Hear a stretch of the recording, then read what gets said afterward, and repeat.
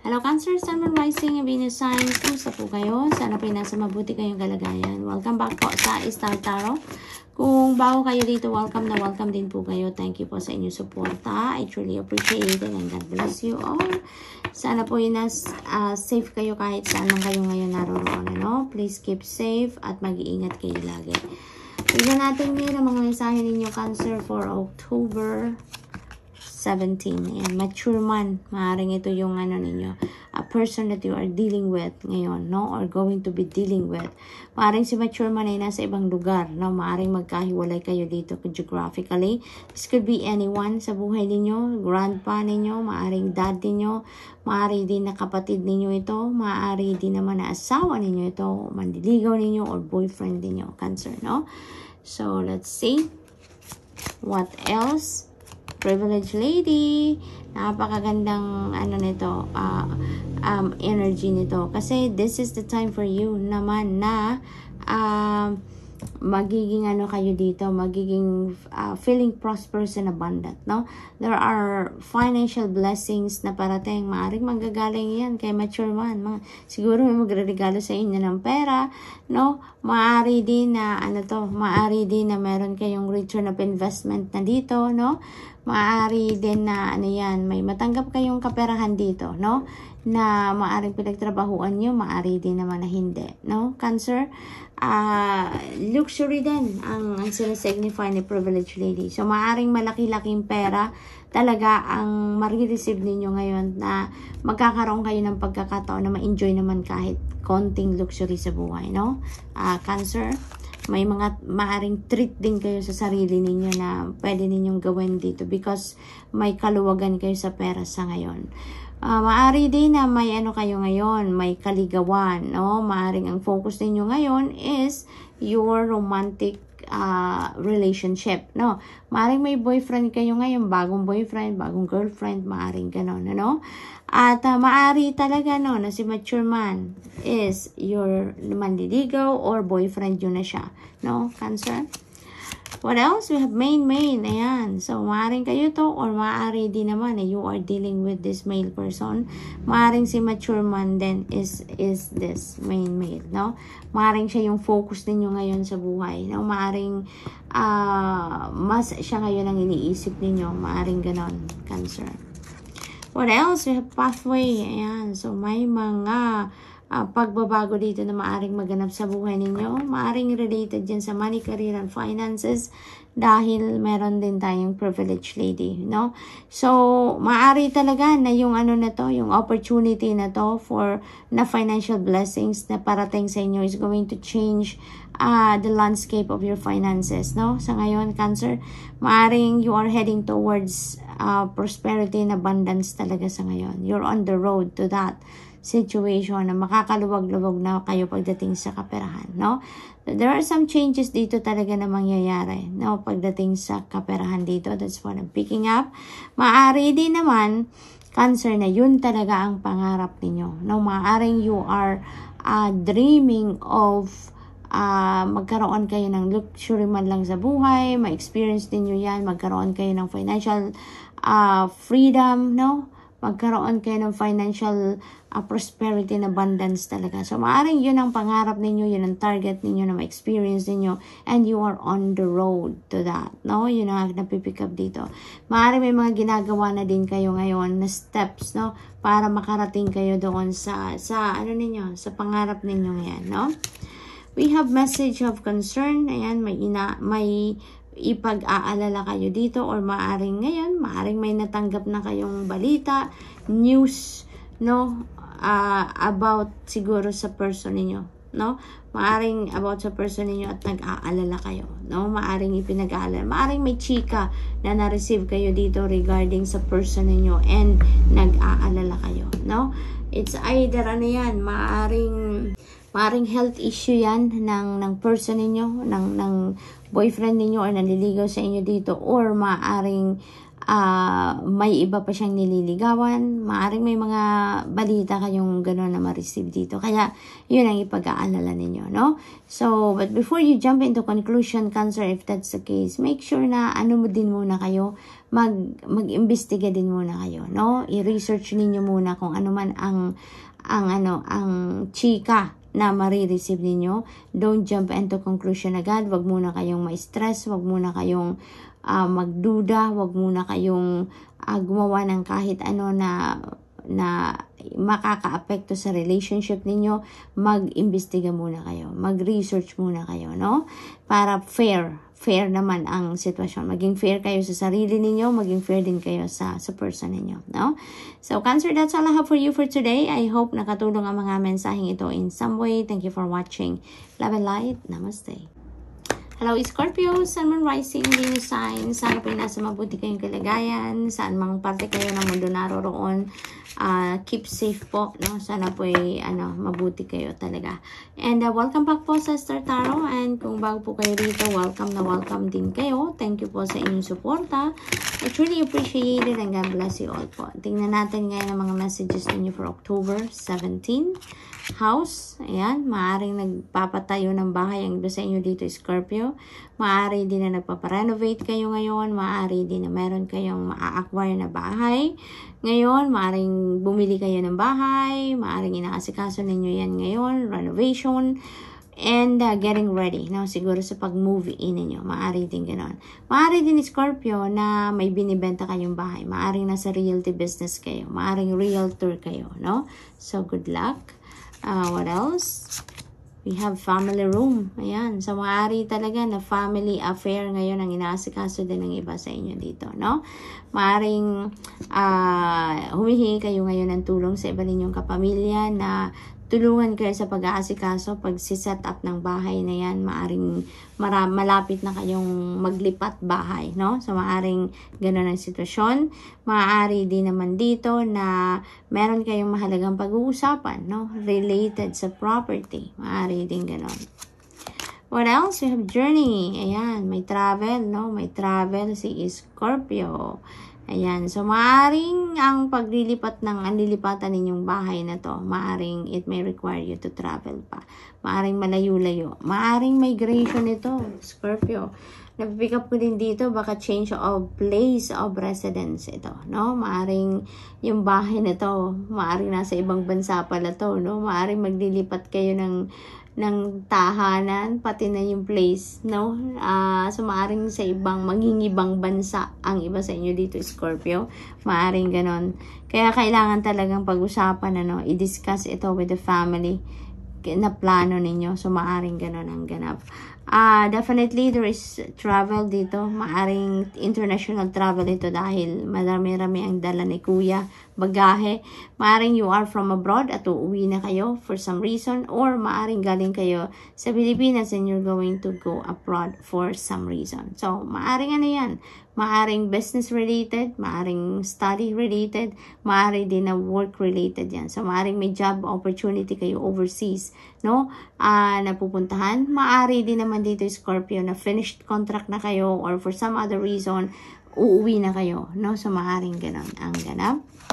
What else? Community. Ayan, you've got the help of your community, Hindi lang ito yung community na, let's say, for example, sa mga kapitbahay ninyo, but also this is a community that you have built, maaari sa trabaho, sa mga kaibigan, mga ganon, and kahit ano man ang ganap dito sa buhay ninyo, Scorpio, you have that supportive people and helpful people around you, yun ang sinasabi dito. What else? We have lovers. Ayan, so this could be relationship na issue dito. Maaring may decision making kayong gagawin dito regarding your relationship. Maaari din naman na ang iba talaga sa inyo dito, maaring magpapakasal na at kaya kayo nag-aayos na ng bahay na titirahan ninyo. Maari talaga na piniprepare nyo na yung lilipatan ninyong bahay after the wedding. Maaring ganon. And maybe yung marriage na to, yung pagpapakasal ninyo na to, that is what you're going to discuss with the family. Maaring magpapaalam na kayo na mag-aasawa na kayo, maari din ganun. Or you are entering a new love and romantic relationship, maari din ganun ang ganap, Scorpio. We have despair, ayan, so maaring namumroblema ang iba sa inyo dito, no? Maaring about ito sa relationship ninyo, maaring may issue kayo with your person sa relationship, or maaari din na problema ito sa trabaho, no? Maaring meron din issue dito sa inyo sa trabaho ninyo, at kaya iba rin na mong problema kayo, no? Nawawalan na kayo ng pag-asa dito kasi siguro maaring overwhelming ang sitwasyon para sa inyo, kaya you are feeling in despair na, no, Scorpio? Pero alam mo, Scorpio, if you're going to dwell on the problem itself, no, magmamagnify pa yan. Mas lalo kang mamumroblema dyan. Kaya, mas maganda, no, sinasuggest sa'yo ng card na to, na magbabago din yan, ano, magbabago din ang inyong sitwasyon. Nothing is permanent, nothing is set in stone, kaya magbabago ang sitwasyon mo for the better, okay? Magbabago yan. We have number 32 that resonates with, yung number 2 becomes number 5, and that resonates with change. Kaya, magbabago at magbabago ang sitwasyon mo nito in no time, no? Biglang magkakaroon ka dito ng solusyon, ng breakthrough, and that is going to answer the problem na, Scorpio. Kaya, wag na kayong masyadong nag-aalala. Ang isipin ninyo na lang ngayon, no, as much as possible, is kung ano magagawa ninyo para magkaroon kayo ng solusyon sa problemang yan, no?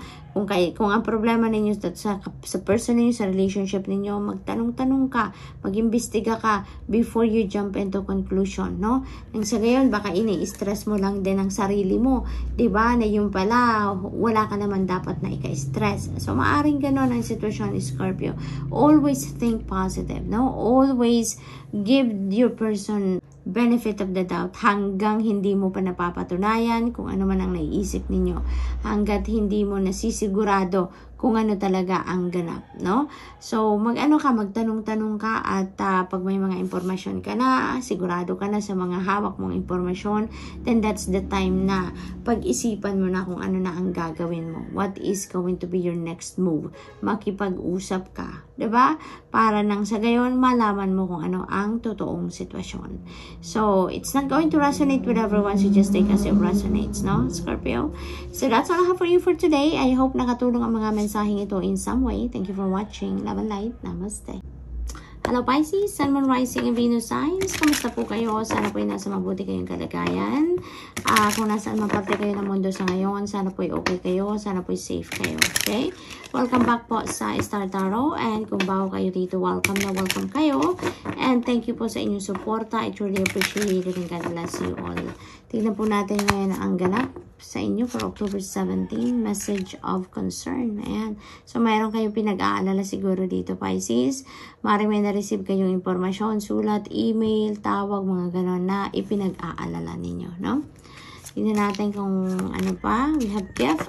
Ayan. So, maaaring ang pinag-aalala ninyo, maaaring finances, no? Maaaring trabaho, finances, maaaring ganon. Si gift naman, maaaring regalo na matatanggap ninyo. That could be financial gift, pera, material gift, maaari din na financial opportunities ang parating sa inyo dito, Pisces, no? Maaaring may offer sa inyo dito ng bagong trabaho, bagong source of income, bagong pagkakakitaan, no? Business opportunity, career opportunity. That could be that as well. Mature woman. Yan. So, maaring yung gift na yan magagaling kay mature woman, no, Pisces? Maaring siya ang magre-regalo sa inyo ng kung ano man. Maari din na si mature woman ay isang boss sa trabaho, at maaring siya yung mag-o-offer sa inyo ng trabaho, mag-o-offer ng bagong career sa inyo, mag-o-offer ng business opportunity, no, Pisces? So, maaring si mature woman yan. What else? We have message. Ayan. So, maraming impormasyon talaga ang marireceive ninyo dito. Pisces, maaring yung mga sulat na yan, impormasyon na yan, could be coming from different sources. Maaring iba't ibang tao ang maaring magbabalita sa inyo, maghahatid sa inyo ng impormasyon about sa mga kung ano-anong bagay, no? We have lovers. Ayan. So, maaring ang impormasyon na to, yung message na to is from your person. Maaari din ganon. na maaring merong sitwasyon siya, no? Maaring magkalayo kayo dito, no? Pisces, maaring long distance relationship ito. Maaring ganun ang ganap. At maaring may impormasyon kayo or balita or anything na marireceive kayo from your person na ipag-aalala ninyo, no? Maaari din na balita ito from other people about naman your person, no? So, maaring ganun din ang sitwasyon dito na ipag-aalala din ninyo, no, Pisces? But, whatever the case may be, Pisces, kung ano man yan, no, na ipinag-aalala ninyo, unang-una, ang maigi ninyong gawin dito is magdasal kayo. Ipagdasal ninyo yan na matulungan kayo ng Divine Universe, ng mga angels ninyo, spirit guides, na papagaan ang inyong pinagdadaanan kung ano man ang inyong pinag-aalala at mahanap ninyo ang truth ng sitwasyon nang sa gayon hindi kayo masyadong nai-stress, no? Dahil siguro syempre mas kung ano-ano na ang naiisip ninyo, kaya nag-aalala na kayo. But yung pag-aalala na yan, it will lead to stress. Kaya iwasan ninyo as much as possible, Pisces. Otherwise, hindi kayo makakapag-isip lalo, na hindi kayo makakapag-concentrate lalo ng kung anong dapat ninyong gawin, kung ano ang tama ninyong gawin, no, Pisces? Kaya magdasal, i-offer ninyo sa spirit team ninyo kung ano man ang inyong sitwasyon, okay? Para matulungan kayong maging maayos, mapagaan ang inyong sitwasyon. Maaari din kasi yung iba din sa inyo dito, maaaring mag-aasawa na, maaaring magpapakasal na, maaaring gano'n ang mga pinag-iisipan din ninyo ngayon. Maaari din na mayroong bagong relationship dito na namumuo, no? Between you and another person. So, maaaring gano'n din ang ganap. What else? We have great fortune. Wow, napakaganda ang swerte ninyo sa araw na ito, Pisces. Maraming blessings, biyaya talaga ang maaring dumating sa inyo ngayon. At kung ano man ang mga pinoproblema ninyo dito, kung ano man ang ipinag-aalala ninyo dito, you may receive the solution to that pag-aalala. Maaring makatanggap kayo dito ng balita din na magiging solusyon dito sa inyong pinoproblema, no? Because of this great fortune. Yung swerte na to, hindi lang ito swerte pang kaperahan, but also definitely there is swerte pang kaperahan. Meron nga kayong parating, di ba, na financial gift dito. Kaya ano talaga to, maraming pera ang darating sa inyo ngayon. Marami sigurong pagkakataon dito sa buhay ninyo na magkakaroon kayo ng malaking pera. Magkakaroon na kayo ng prosperity and abundance. And not only that, siswertehin din kayo sa maaring iba't ibang parte din ng buhay ninyo, no, Pisces? So, kaya maaring yung problema ninyo to, yung iniisip ninyo na yan, masosolve din ninyo yan agad-agad.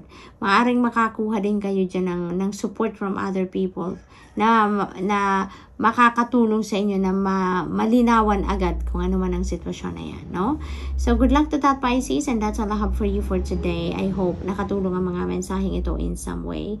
Thank you for watching. Love and light. Namaste.